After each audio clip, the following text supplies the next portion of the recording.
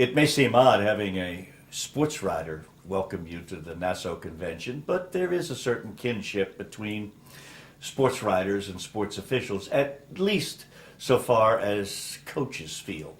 I think they hold us in the same esteem and affection. Many of you, I'm sure, are familiar with a basketball coach best known for his antics in Indiana, now bivouacked somewhere in West Texas, Bobby Knight. And Bobby once said, the best time in every sports writer's life were the 3 years he spent in second grade. So welcome, brothers and sisters. I've always been a great admirer of the National Association of Sports Officials. And in fact, I've been honored in the past to have been one of the electors on several occasions who's chosen the winner of the Golden Whistle Award.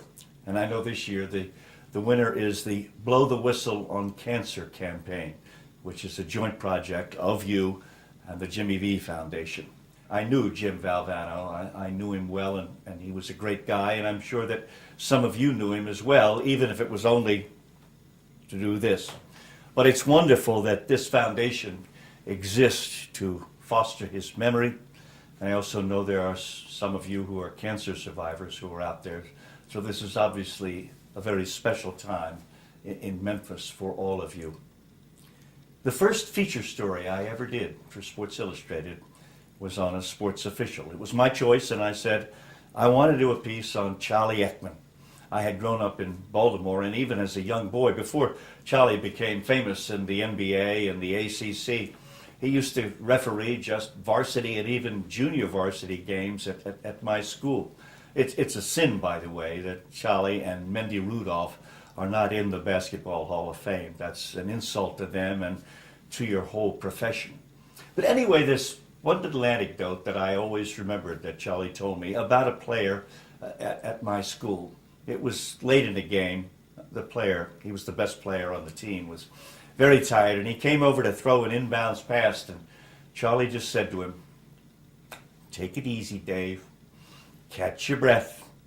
I got the ball, and nothing can happen till I give it to you. That's simple, but I think it's always been worth remembering because in a nutshell it says what you officials are to a game, what you mean. Yes, except perhaps for the few coaches who won't acknowledge it, players are obviously the most important element in any game. But until you let them play, there is no game.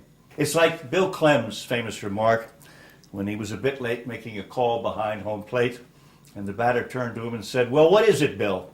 And Clem replied, it ain't nothing till I say what it is.